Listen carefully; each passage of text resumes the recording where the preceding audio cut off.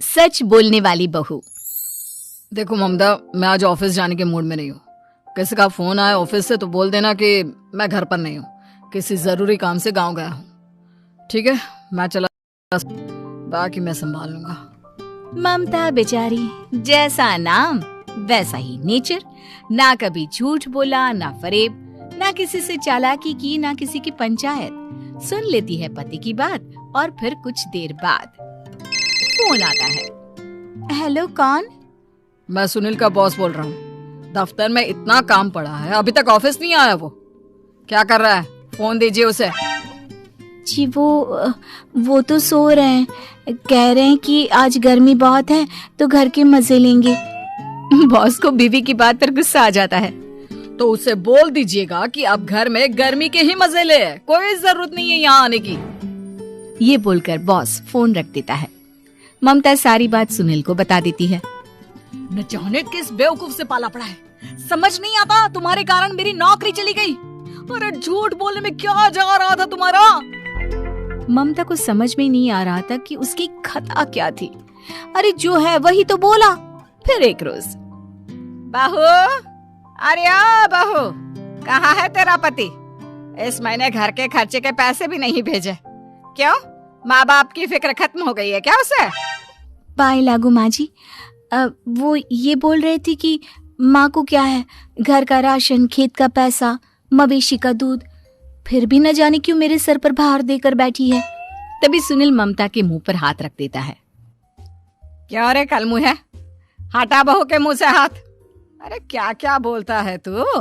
वो तो इसकी झूठ बोलने की आदत नहीं है, इसलिए पता चल रहा है। देख मेरी सास कितनी शरीफ है।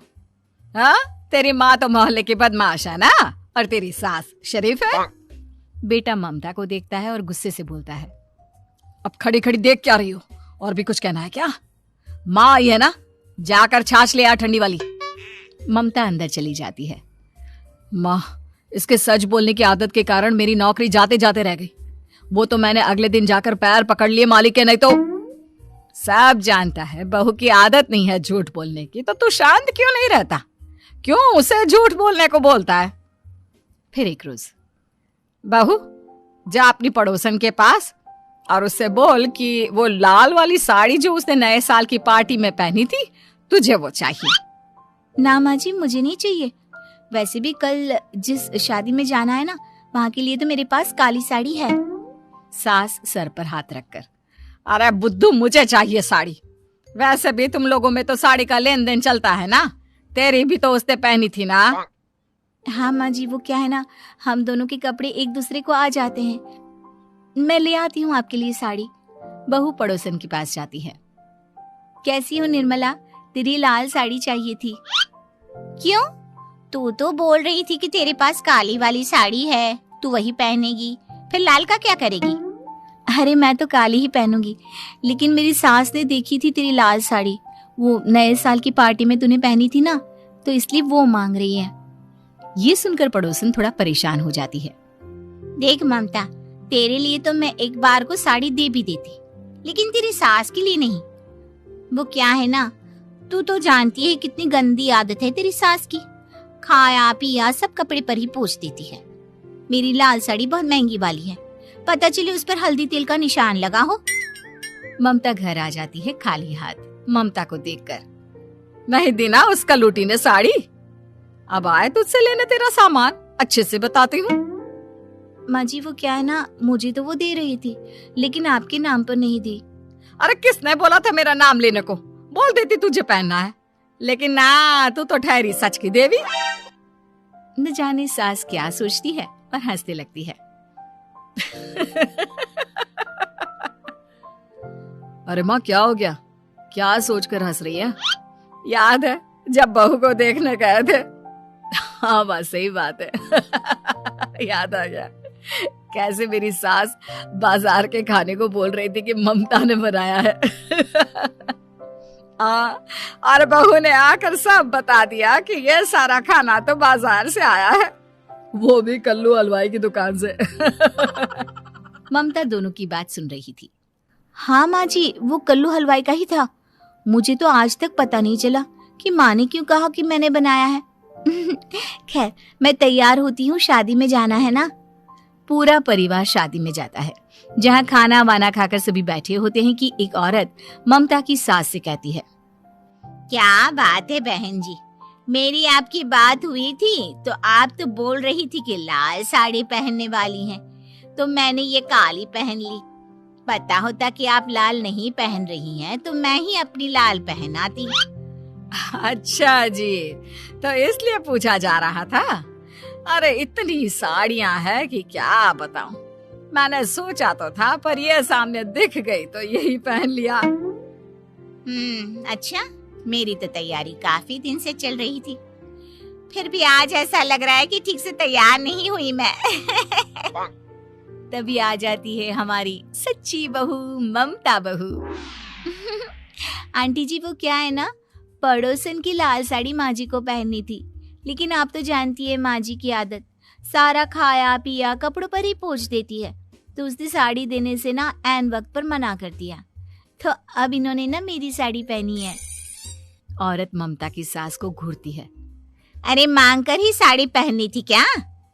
हम जैसे तो खुद की ही साड़ी पहनते हैं, चलो चलते हैं। सास का गुस्सा अब ममता पर फूट पड़ता है। अरे क्या जरूरत थी ये बात सबसे कहने की?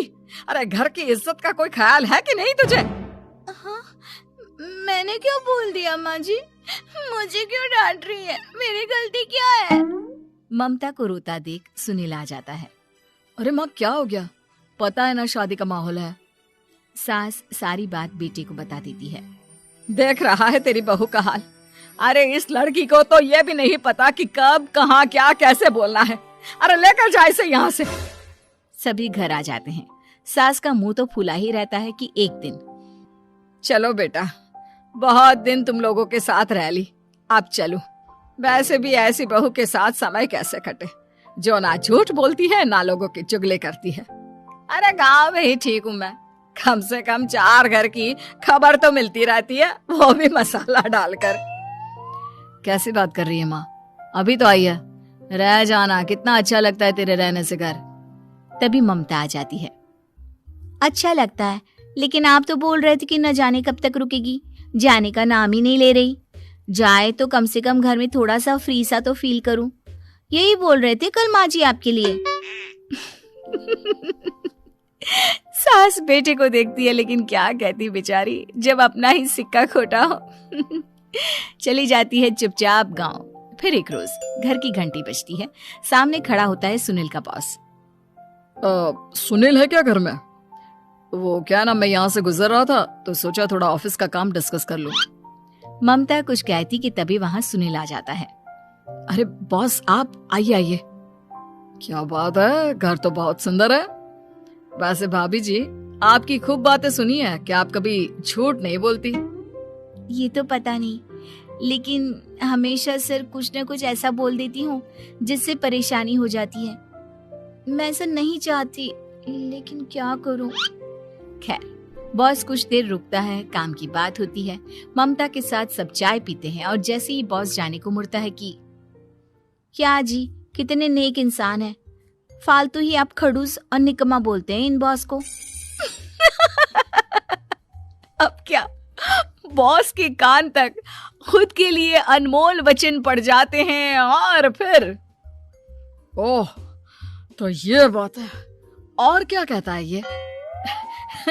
अरे बॉस, आप भी किसकी बात पर विश्वास कर रहे हैं? अरे इससे तो ये भी नहीं पता कि आलू प्याज कहाँ रखा है।